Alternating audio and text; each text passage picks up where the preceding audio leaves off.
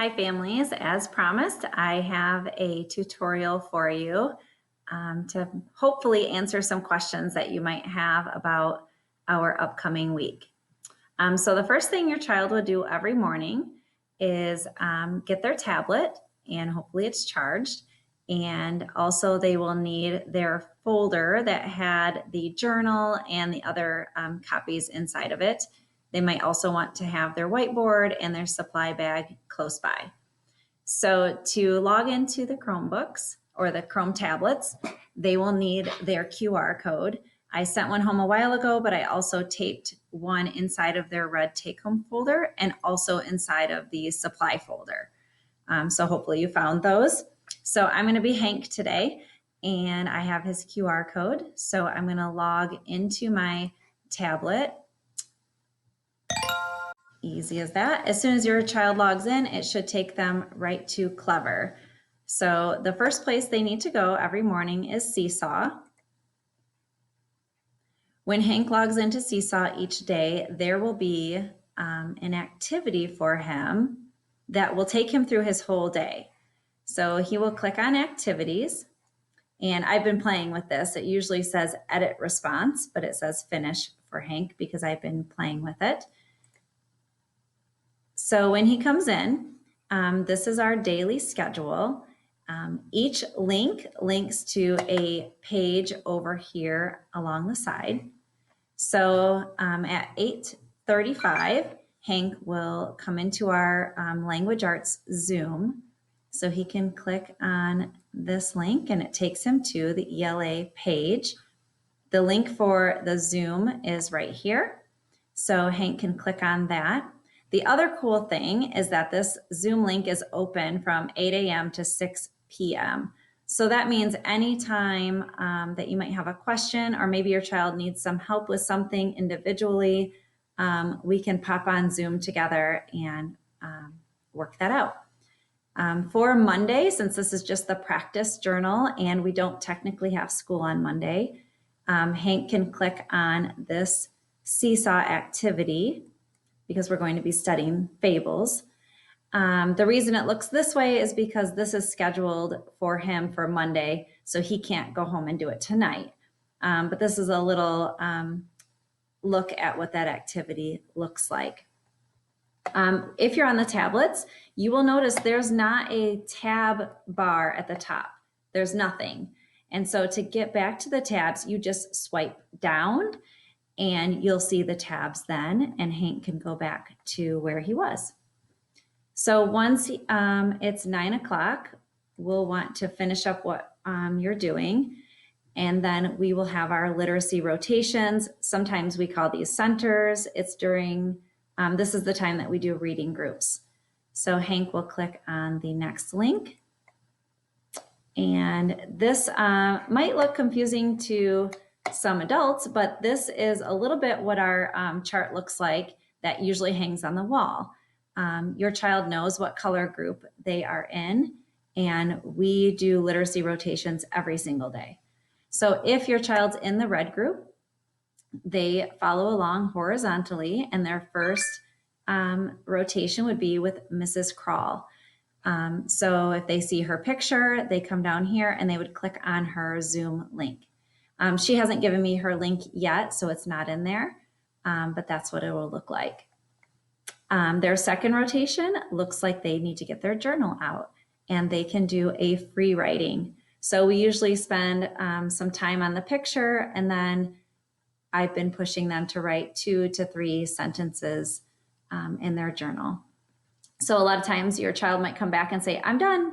And then you can ask them some questions to prompt them to write more. Typically after 2 rotations, we've been taking a break outside. We have had really good weather, so hopefully that will continue, but just a break in between our rotations. When the red group comes back in, I see that they have a Seesaw activity. They just click on this link and it will take them to the activity that they need to complete.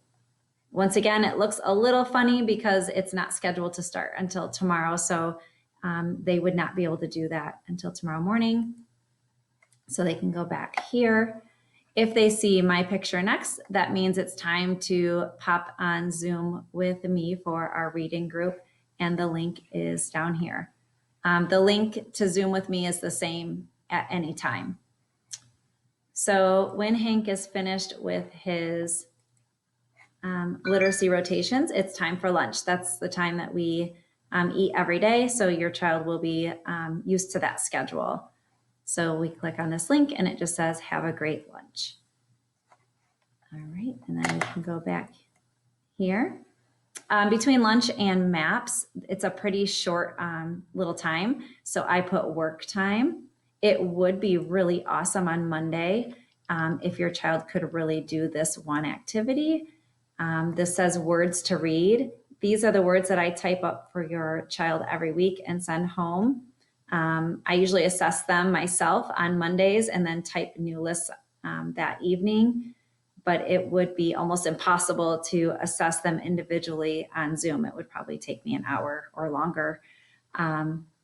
So if they could click on this seesaw activity, they just record themselves reading. That's all the activity is. And if there's a word they don't know on their list, they just say skip. And that would be great if they could do that. Now, the other cool thing about this time is if your child cannot do it at 12 to 12:20, it doesn't really matter. They could do it later in the evening or at whatever time works for you. After that, it is time for MAPS. This week, we will have a Zoom link for Mrs. Lawson. I did talk to Mrs. Lawson today, and she said typically her online PE class does not go for 65 minutes. With the distance classes, they've been going for about 30 minutes. So I put our regular time in there, but they will not be on Zoom for 65 minutes. She said she usually gives them something to do once they're finished so they can actually go and move a little bit more. After MAPS, we have a snack break.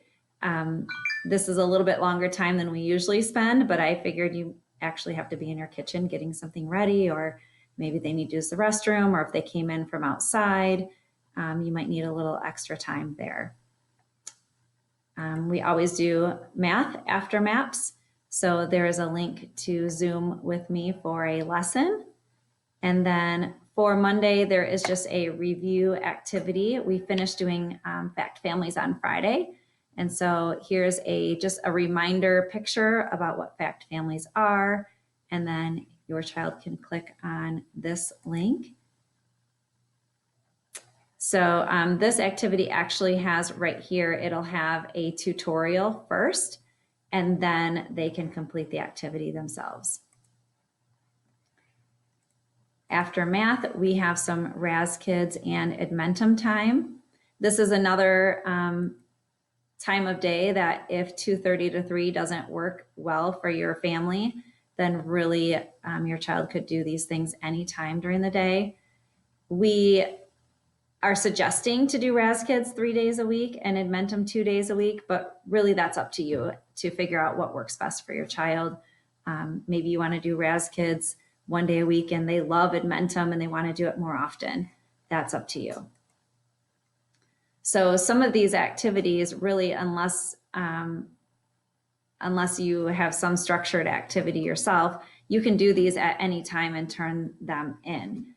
At the end of the day, when Hank has completed all of the activities, then he can click this green check mark and turn the entire journal in.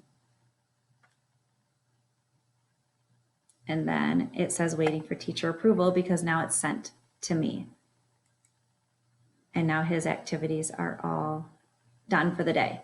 So every day there'll be a new journal with the day's date on it, so you'll know which one your child's working on. If your child isn't finished with something, all of the activities have this option. It usually says draft, and that means it won't turn it into me because they're not done. If they do turn something into me that's not finished by accident, I can just send it back to them. It's pretty easy. So this is a little overview about what a day might look like. And now if you have any questions, you'll be able to let me know. I will assign the practice journal tonight. So you can start looking at it if you'd like to. But like I said, all of the activities are not scheduled to start until tomorrow morning. So during the day tomorrow, I do have some meetings and some other things, but I will be, I already have that Zoom link open. And so if you send me an email that you would like to get on there and talk, or you want to give me a call or an email with any questions, I'd be glad to answer any that I can. So thanks for being patient.